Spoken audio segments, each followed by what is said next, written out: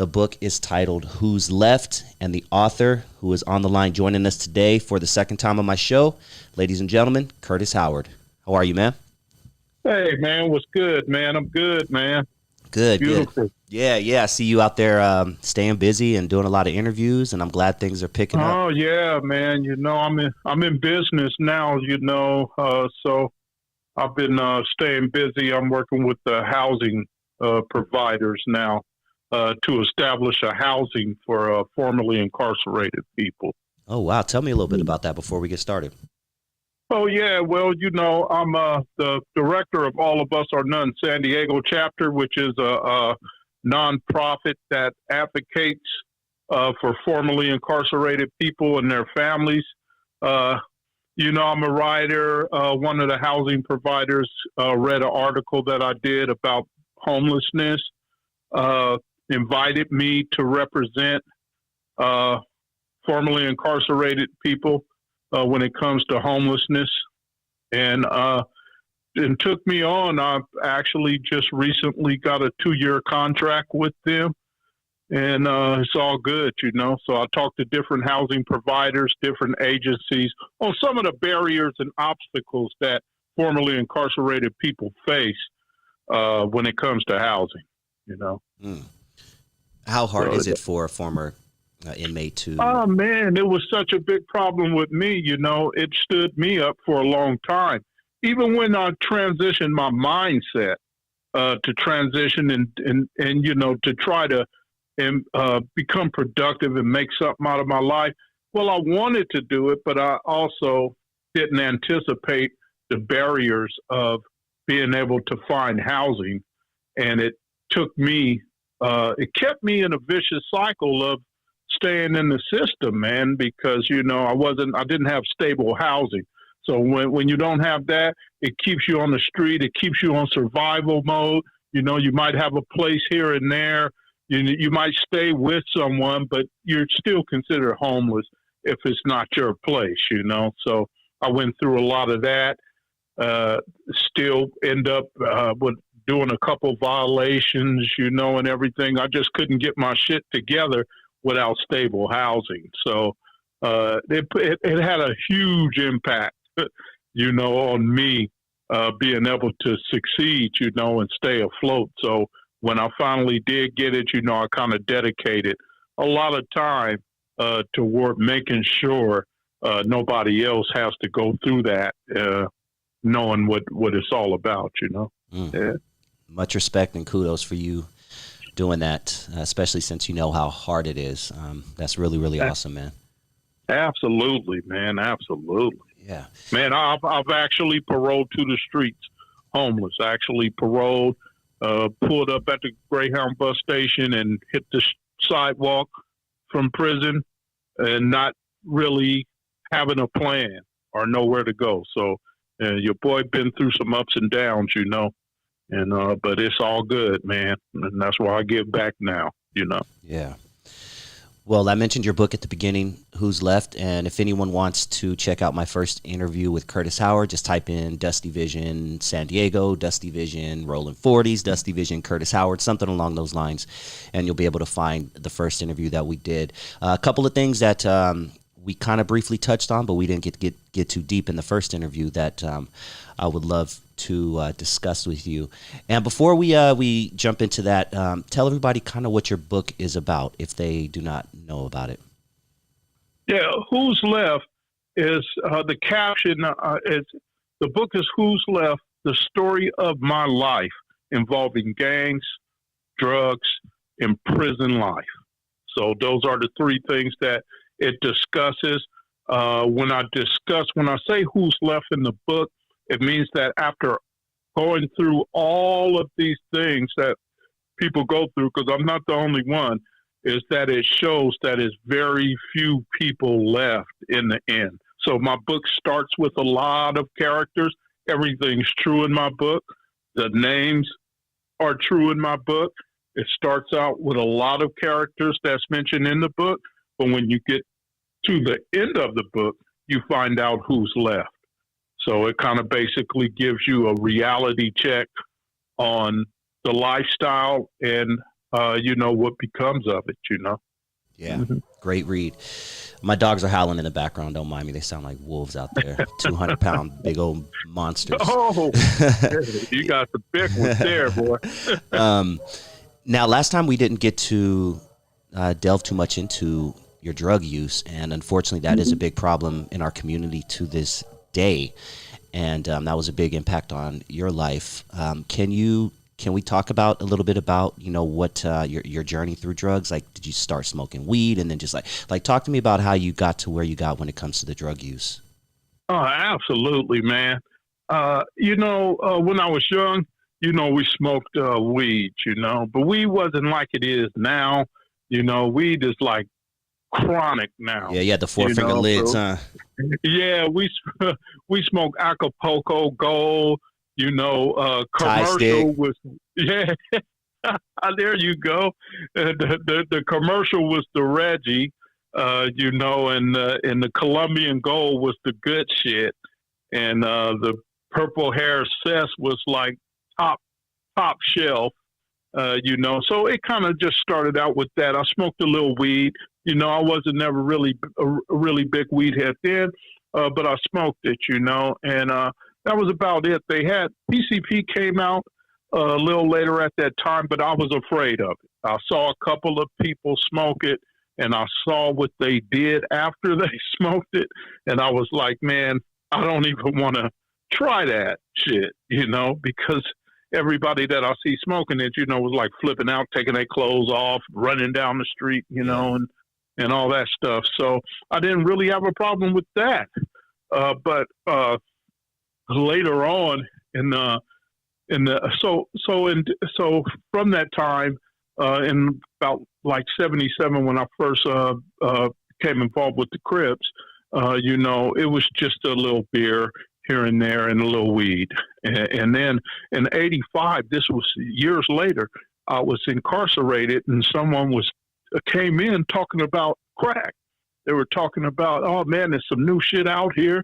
It's crazy, man. It got people doing all kind of stuff. It's like he was like laying it out to us, and we was like, man, that sounds like some crazy shit there. He's like, yeah, everybody's, with this, man, and I came home and I seen the streets kind of lit, and I seen what was going on, but I didn't mess with it, and but as you see in my book, I attended business college. I actually got out and said, I'm gonna go to business college. These people said they're gonna give me a grant, they're gonna give me some money. I'll be able to get my own place, because I was staying with someone then, and I said, I'm gonna go get this grant, and get some money, get my own place, and then market myself in this electronics that I was going to school for, And so I went to school for about 5 months or so. I seen a lot of this activity after school, the streets, people running around doing this, and I was like, wow, that must be what it is. I ran into a partner of mine who told me, yeah, he was selling it. And as I was talking to him, people was coming up. He probably clocked a couple $100 just in the 15 minutes that I was sitting there talking to him. People was coming up, and I was like, damn, this really is something, But I still stayed away from it until what happened was I went to school, and when it came time to get the grants, I was like, hey, man, I'm going to need this money, and they didn't give it to us. They said the grant, you do get the grant, but the money is actually going to be for the books and everything we've been supplying you guys. And that just flipped me out. I was like, man, I was really counting on this money. I was really looking forward to it. It was my whole plan, and I didn't have a backup plan. So when they hit me with that, it was kind of like I lost all hope of everything. Damn. So when I ran into my homie that night, I was like, man, give me some of that shit, and I tried it, and it turned me into a monster overnight. I was like, fuck, the next thing I was out there writing a mix, man, with everybody else. It took me by storm. You take that first hit, and it's like 5 minutes later, you need that other hit. Yeah, it happened pretty fast, man. And it just was something, man, I couldn't shake it. I was like, man, this shit is cool. And it kept me wanting more, and it kept me wanting more. And I was in the mix. And the next thing you know, I'm out there with everybody else on the street, hitting licks and all this shit, And, but I didn't last long because I was on paper. I was on parole. And this is what prevented me from actually ever becoming involved long term with it, because I would get locked up within a month or two after running the street. So after I was introduced to it, I probably used for about, I sat down one day and added up all the time. But so I used for about 3 months. But that 3 months seemed like over a year because I was in so much shit. And there was so many different adventures and so much shit going on during that time that it seemed like forever. But after 3 months, I got arrested for a parole violation, and I went in for like 8 months. And then after the 8 months, I came out, and I did it again. And I got high again. This time I lasted for about 4 months. And I went back in. They gave me 6 months. And I got out another 3 months. Back then, it was like a 3 to 6 month run for everybody on paper before you get some kind of violation for some shit. So I wasn't catching cases, but I just kept getting violated in between time. And so from the time that I started, the window was 1986 to 1992. That was the window. I started in 96. In 92, it ended when I received a 27-year term.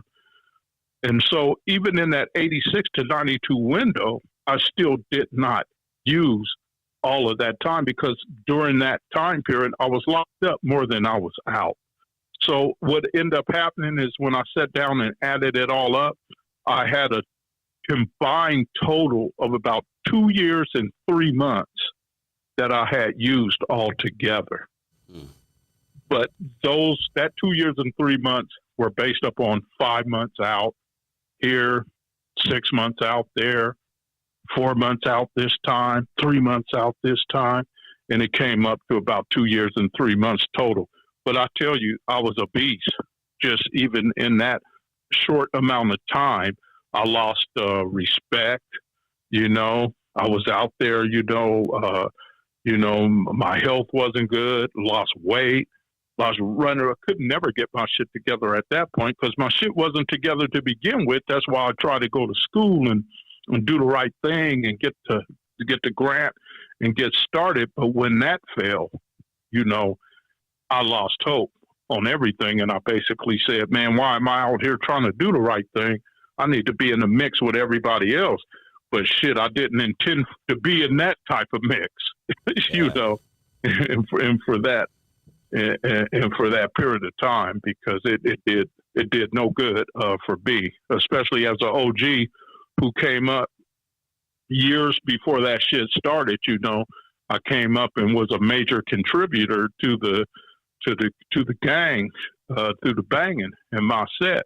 But with my younger homeboys who were just coming into the set at the time that I was doing this shit saw me, they remember what they saw. So they're like, when I first came to the set, I seen OG Kurt Dog, he was fucking with that shit, and they don't forget that, and you lose respect, you tend to lose. But addiction is not something you should actually lose respect for. People don't really understand it the way that they should. It's really not. It's really not something that you should lose respect for. It's something that people have to understand, So, but I lost respect because of the type of binds that we're dealing with. They don't really look at it that way, But some are. A lot of people now are. They kind of. I see a lot of the younger cats now starting to be a little more sharp, than they were back then. Oh man, I've almost died. Man, somebody gave me some shit one time, man. This brother gave me, I was looking to buy some shit, and I bought a $20 rock from a dude and hit it. And as soon as I took a hit and inhaled it and blew it out, man, it felt, my whole body went numb. I Ugh. felt like I was getting ready. My heart started racing. I was like, what the fuck is this? You know, I thought I was getting ready to die right there on the spot. And I've had that issue happen to me a few times where I have, smoked that shit and felt like I was getting ready to die. You know, it's just as a dangerous shit. I mean, today, you can get me to look at a cigarette, Yeah. you know, but I contribute a lot of that time that I was in, probably help curb that, because just imagine, I know a lot of people who never did time who've been using the entire time without any breaks, without any violations, without anything happening in between to pull them away from it. And those people are the people, who I have seen pass from heart problems, kidneys, liver failure, all types of shit that's associated with long-term use, you know. So there's a good side, and there was a bad, but there was a side that actually allowed me, to make it through that storm, bro. You know, and today I don't even drink. You know, I don't do anything. You know, cigarettes was the last thing that I stopped doing. That was the last thing, and probably the hardest. I've heard thing for that. me I've to heard people. stop, I've heard man. people who've done heroin, coke, crack, all that, and they said cigarettes was the hardest out of all that. Yeah, man. I stopped, man, like 6, 7 years ago, like 2016 or 17. And shit, man, that was the hardest thing to do. I stopped smoking like 25 times before I actually stopped smoking. Wow. I stopped so many times, and I would last for a few days, then I would last for 5 days, then I would last for a week, and then I would crash and go. Oh man, it was the toughest thing ever, man. But man, I'm glad you're here to share your story. I got through that. Man, Yeah, amen to that, dude. Yeah. You remember the first gang killing in San Diego, and you were actually a pallbearer, correct? Oh, yeah. Okay. What do you remember about that time? And talk to me about that. And oh man, well, we had another group. We had another gang that was consisted of my childhood friends. I grew up in an area called Encanto, and I had some childhood friends from that area in San Diego called Encanto. And it was a different area than the neighborhood Crips. So when I started going to Gompers, which was over in neighborhood Crip turf, that's when I became familiar with the Crips over there and started running with them. My first cousin was from over there, so that kind of like pulled me right into it as well. I had a homeboy named Kenwood, and Tony, and they lived in Encanto, but I started banging, and they started late. They created a set over where they live called EPB. They called it the Encanto Park Pranksters. And they wore white bandanas and blue bandanas to show their support for the Crips, but they were considered to be players. And that's what the white bandana, they called themselves players. The Encanto Park Prankster, they was players with like a gangster's touch. So they start coming over to the hood with me. I invited them over to the hood. I start bringing Kenwood with me over to the hood. I introduced them to the homeboys and everything. And then at first they only went with me. They were known as Kurt Dogg's homies, Kurt Dogg's friends. That's what all my homeboys called them. They didn't really know their names. They would say, that's Kurt Dogg's friends. If somebody looked around and said, man, who is this walking with us? It'd be like, that's Kurt Dog friends. So they came over as that. But once they became familiar with quite a few of the homies, they start going over there by themselves. But as soon as they start going over there by themselves, there was a drive-by one night, and Tony got hit and killed. He got shot in the head. He was the first person killed and Crip blood rivalry in San Diego. Because guns came out in about 79. People start carrying guns and shooting, but there was a lot of shooting in the air and kind of like intimidation type shooting, like get back, boom, boom. Nobody was really like walking up, just dumping on somebody, because we was all fighters. We was all known for fighting. So that was our thing, fighting. So when that happened, it was just, it happened in 1981. And it was the very first killing between the Bloods and the Crips. I was a childhood friend of Tony. I knew his whole family, mom, dad, all of his brothers and sisters, And so, yeah, I was a pallbearer. Me and his brother, Kenwood, was pallbearers, man, at the first gang-related funeral between the Crips and Bloods in San Diego, Mm. Yeah. And I've heard a lot of OGs on my show say that here in Los Angeles, at the beginning, the guns were like the 22s and the smaller 357 things like that. But then when crack hit the streets and things, money was involved, and you started seeing artillery type weapons. Was it kind of the same down there? Yeah, it was, man. It was we was carrying 22s and 25s, the little 25s that slide in the back pocket. That's all everybody had, just something that would make some noise, and that was about the size of it. But then another set robbed a gun store, and actually that's what started it for San Diego. It wasn't actually the crack epidemic; it was the robbery of a gun store by the Pyrus, by the Skyline Pyrus.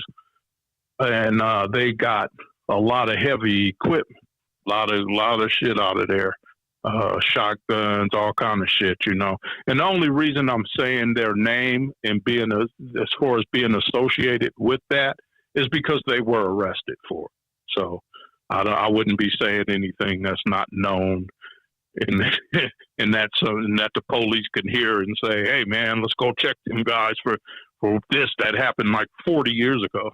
Yeah, good call. Even though I'm still safe in that way, I don't implicate criminal activity in that way unless it's like major known and everything. So yeah, that's what happened, and they got a lot of heavy equipment out of that. The police didn't really recover a lot of that back. So they start coming through shooting, and then the gunshots was louder than just them little 22s and 25s, They start shotguns, all kind of shit, so they had a little firepower. Mm. I can't remember. I listened to most of our interview today, the first one, just to kind of recap, but I can't remember if we talked about this in the past.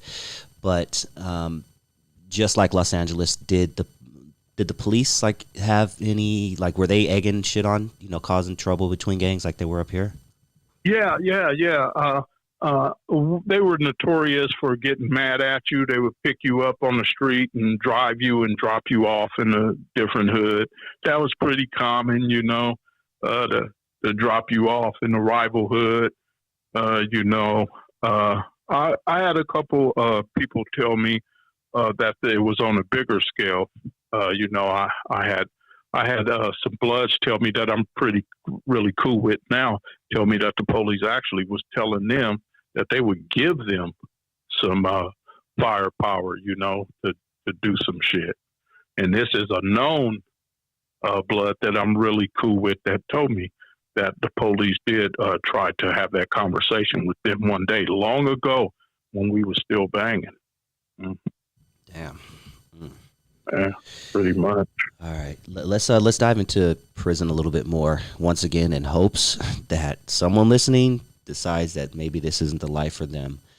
Right. But from what I remember, you first went to prison at 18, and you said yourself, a small dude, 140 pounds, soaking wet. Yeah. What is it like for an active gang member entering prison? And back in that day? Well, it was all good for the Crips. Oh, okay. Okay, that makes sense. Talk to me. Well, it was all good for the Crips because one thing, there was two things going on at this time. Number one, the Black Guerrilla family actually had a stronghold on the prisons.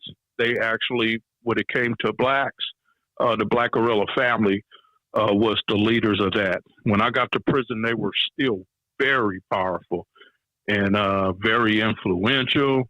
They had a huge and a very strong recruitment going on, you know, where they was hitting people up, man. It was a lot of recruiting of different black. There was another Black Power organization called the Vanguards, and they were recruiting at a fast pace. But the Black Guerrilla family had the most. They were known. They were a lot more powerful, not just inside the prisons, but outside. They had a lot of people in their pockets, you know, politicians. They had shit going on with a lot of different things, you know. And they were well known and respected. And so they were holding it down. And the Crips were really starting to hit the prisons. This was in, I got there in January 1982. Okay, so I got sentenced in 81. But I got there in January 82. And the Crips were becoming really big in the prisons at the time. The only people at that time that had it all bad were actually the Bloods. The Bloods had it all bad because the Chino State Prison Central was the receiving station for everybody coming to prison from Southern California. So if you were from Los Angeles or San Diego, you would go to Chino. So the Crips had declared then that all the Bloods coming through, you know, they would attack them. You know, they would have times that they would do that. Now, not all the time Chino was like that, but it just depends on a certain group. A Crips might get up there and just say, okay, we're getting ready to shut it down to Bloods, you know. And during times that I was there, I have witnessed times where they were doing that and where they said no Bloods can stay here or come here to Chino. So every time a Blood pulled up or some Bloods pulled up, they'd be on them. It was a really hard place for Bloods, you know, and they had to fight their way in there and out of there. It was really tough for them. And, you know, it was something very memorable at that time that was going on, you know. But the Guerrilla family was actually, like I say, the biggest thing going. The Vanguards were very powerful too. They were pretty big, but they had a little beef going on with the BGF a couple times, I guess, because the BGF was actually pushing Black Power, and the Vanguards were pushing Black Power. So the BGF was kind of like, well, if you Black Power like us, then come home, you know. But, you know, some people just don't agree with certain things. It just takes one disagreement about one thing that you're doing, and they'll start something else. So that's what was going on with the BGF and the Vanguards. Okay. You know, everybody was recruiting really big at that time. And I actually joined the Consolidated Crip Organization, the CCO. And I was a sergeant at arms, which was I've never heard about that, the Consolidated Crip Organization. That's the first time it's been mentioned on my show. What is that? Okay.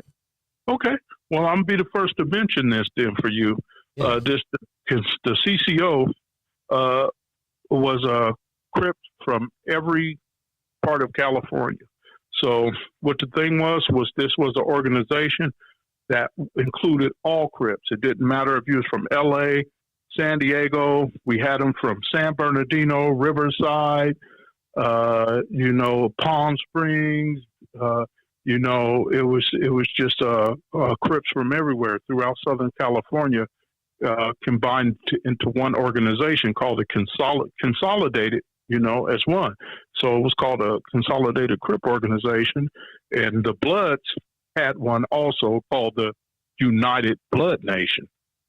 And the United Blood Nation was, I'm telling you, the Prisoners for Black Men was hella safe at this time because everybody had an organization. It wasn't just loose gangs running around. It was organizations. Everybody was organized. Most of the black organizations got along.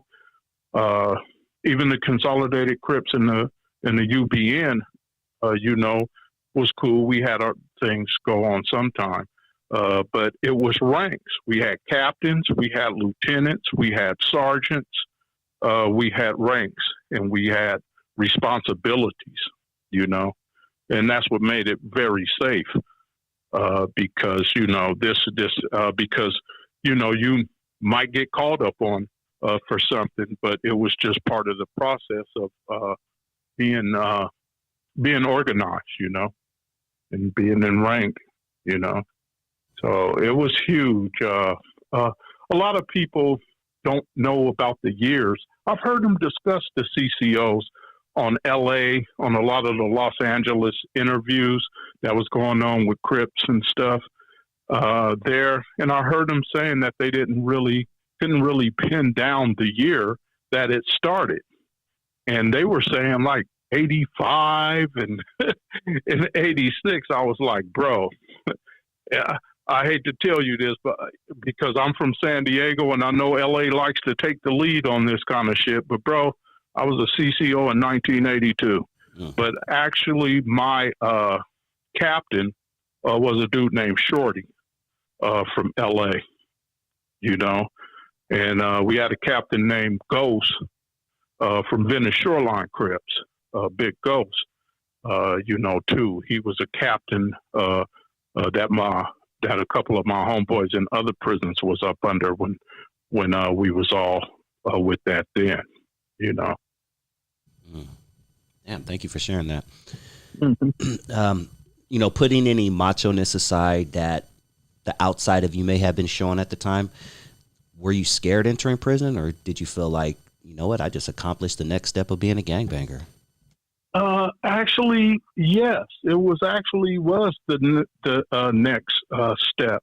It was not. There was no fear because I was a Crip, and the Crips were like major. There was too many of us, and it was like, I don't care. I weighed 147 pounds, and I was laughing, telling my homeboy Daryl. I was telling him, man, when I came out from weighing, and I was bragging, and I was saying, yeah, 147, because I'm from 47th Street. So I was like, when I weighed the 147, I was proud of it because it had the 47 in it. And I came out and I said, yeah, I'm 47 no matter what, fool. Yeah, I'm 147. And I'm just thinking how light my ass was at the time, And that was part of my struggle as a youth, because we was all about shooting heads. We was all about fighting in the shoulders. But shit, at 145, 147 pounds, I couldn't really contend with the heavyweights at that time. It took me a while before I started picking up weight. I had to get a little older, and I had to start eating. And then by the time I did pick up that weight and became a major competitor, they had switched the guns, so I couldn't do nothing then. It's like, okay, Kurt big, Kurt, ain't nobody want to see Kurt Dog now, but everybody got guns. Now ain't nobody fighting no more. Man. Let me ask you last question. It seems like the streets are turning back up again, unfortunately. Crime, everything was down for years, and now we're starting to see levels that we haven't seen since the 90s and things like that, back when it was real bad. If you, as an older gentleman who's been through it, lived through it, and you've seen the other side, what would you say to these kids out in the street right now who are turning up? Man, what they got to know, man, is that it's all the beauty and what they see in it and what they think it's about is not what it's about. The older cats, man, like me, they always tell these fun stories, these war stories and stuff about that sound really exciting, but they don't tell you the stuff that I talk about. They don't tell you that they was homeless. Yep. They don't tell you, man, that they was on drugs. They don't tell you that they was alcoholics. They don't tell you that they sat in the cell at night, wanting to go home and shit, They don't tell you that they were scared because there was a race riot getting ready to jump off and everybody was coming out, to kill each other, and ain't no cars to jump in and ride away in. Ain't no guns you can pull and shoot and jump in the car and pull off with. These guys running around 150 pounds with the skinny jeans on, pulled over their ass, shooting and stuff, with the hoodies on, shooting and all that shit. When they do that shit and they come to the prison and look and see some of them white boys and Mexicans standing 6'3" bald heads with tattoos all over their eyelids and all that shit, ready to kill you and will kill you, and you don't have a car to jump in and ride away in, and your ass is so light, and you don't have that gun to back you up, bro, it's not the same. It's a reality, and a lot of people are curious about going there. It's like they want to get a stripe, like they can say, "Oh, I've been to the pen." That's not a stripe, It's not a stripe, and the thing is, you go and you find everything out in a month that you was curious about. Now you want to go home, but you still got a life sentence or 20 more years to do. So you've satisfied your curiosity in just 1 month of being there. You can go there and see all the shit everybody was talking about, go to the yard, all that shit. And after a month, you have the whole experience under your belt, but you still got 20 fucking years left to serve. That is as real as it gets right there. The book is called Who's Left? The author is Curtis Howard. The book is a story involving gangs, drugs, and prison life. I highly encourage everybody out there to check it out. Curtis, it's always a pleasure. Where can everybody find you? What's next? And, man, the floor is yours.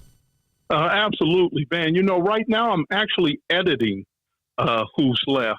I sold a couple hundred copies.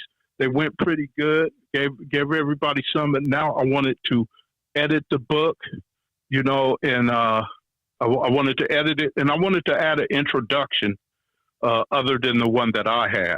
So right now, that's what's going on. I still have the book Cellmates and Sellouts being printed. It's not on Amazon, but I do have a Facebook page. Curtis Howard is the name. My book cover, Who's Left, is my profile picture. If anybody is interested in getting a copy of Cellmates and Sellouts, it's $25 a copy. And I will mail you a copy if you don't stay in the city. And that's about the size of it, man. It's a good book. But Cellmates and Sellouts is about all the myths and stuff that you hear about prison that I clear up in the book.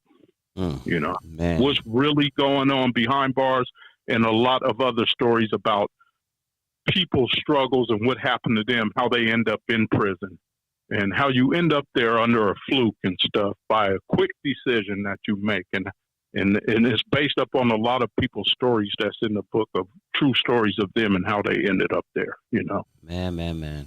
I know this is something that's going to be around for decades, 30, 40 years down the line. People are going to read this because this is true history right here, ladies and gentlemen. So make sure you check it out. And you're probably already on top of this, but if you could do a audio version, that would be so dope, like just with sound effects and you reading the, chapter for chapter. I think because we're moving away from, paper now. Yeah. It's like everybody wants to just read while they're driving or read while they're, saying on their bike or whatever. So absolutely. Yeah, I would love to do that. And I actually put something in effect for that. I got an audio book maker and everything. Oh. So yeah, that's it. That's in the makings, bro. Very cool. Absolutely. Well, Curtis, it's always a pleasure. Thank you for joining my show, sharing your story. I appreciate you more than you know, man, and I'll definitely talk to you soon, all right? Thanks, bro. I appreciate you having me, man. Most Peace. def. Take care.